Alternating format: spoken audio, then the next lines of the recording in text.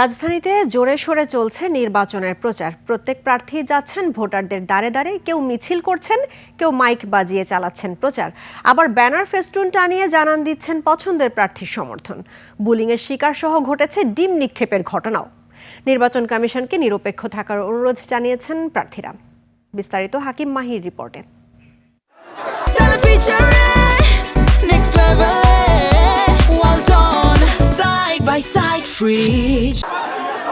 চতুর্থ দিনেও রাজধানীতে জমে উঠেছে নির্বাচনের প্রচার। সব প্রার্থী ভোটারদের কাছে গিয়ে দিচ্ছেন নানা প্রতিশ্রুতি। বিএনপি, এনসিপি, বাংলাদেশ খেলাফত মজলিস সহ বিভিন্ন দলের প্রার্থীরা জোরে সোরে নেমেছেন নিজ দলের জানান দিতে। প্রচারণায় সরগরম পুরো শহর।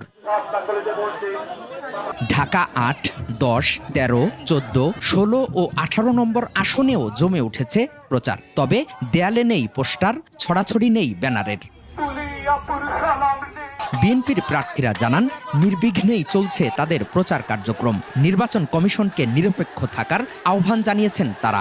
এই বক্তব্যকে ধারণ করে আমরা আগামী দিনে মানুষের সাথে থেকে মানুষকে সেবা দেওয়ার চেষ্টা করব ইনশাআল্লাহ।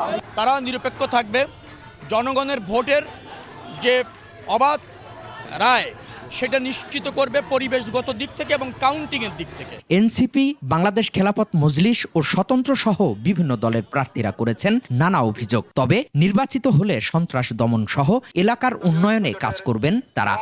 সাংবাদিক পরিচয় আসে, ময়লা পানি নিক্ষেপ করে, ডিম নিক্ষেপ করে এবং বিভিন্ন জায়গায় আমাদের হ্যারাস করার চেষ্টা করে। তাদের যত নির্যাতন হয়েছে, সাধারণ ব্যবসায়ী, ক্ষুদ্র ব্যবসায়ী পাশে সাহস জুগিয়েছি।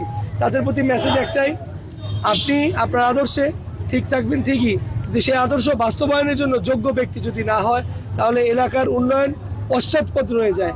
এদিকে প্রচারের সুষ্ঠু পরিবেশ চান ভোটাররা। পরবর্তী বাংলাদেশের যে আশা, আমার বিশ্বাস যে সেই আশাটা সে সুসংগঠিত রাখবে ইনশাআল্লাহ। বিপুল ভোটে আমাদের শকরুল আলম রবি ভাই ধানের শীষের প্রতীক নিয়ে এই ঢাকা 10 আসন থেকে জয়যুক্ত হবে। যশোরে কারাবন্দী ছাত্রলীগ নেতা সাদ্দামকে প্যারোলে মুক্তি না দেয়ায় তার স্ত্রী ও সন্তানের আত্মহত্যার ঘটনায় গভীর মর্মাহত ও শোক প্রকাশ করেছেন ঢাকা 16 আসনে ধানের শীষের প্রার্থী আমিনুল হক। সন্তানকে দেখার জন্য, তার স্ত্রীকে দেখার জন্য প্যারোলে মুক্তি দেওয়া হয়নি। আমরা এই অমানবিকতা আর কোনোদিন দেখতে চাই না। প্রার্থীরা মনে করেন প্রচারণায় সব দলের জন্য সমান নিরাপত্তা ও সুযোগ থাকলে নির্বাচন হয়ে উঠবে আরও উৎসব মুখর। হাকিম মাহি, 21 টেলিভিশন, ঢাকা।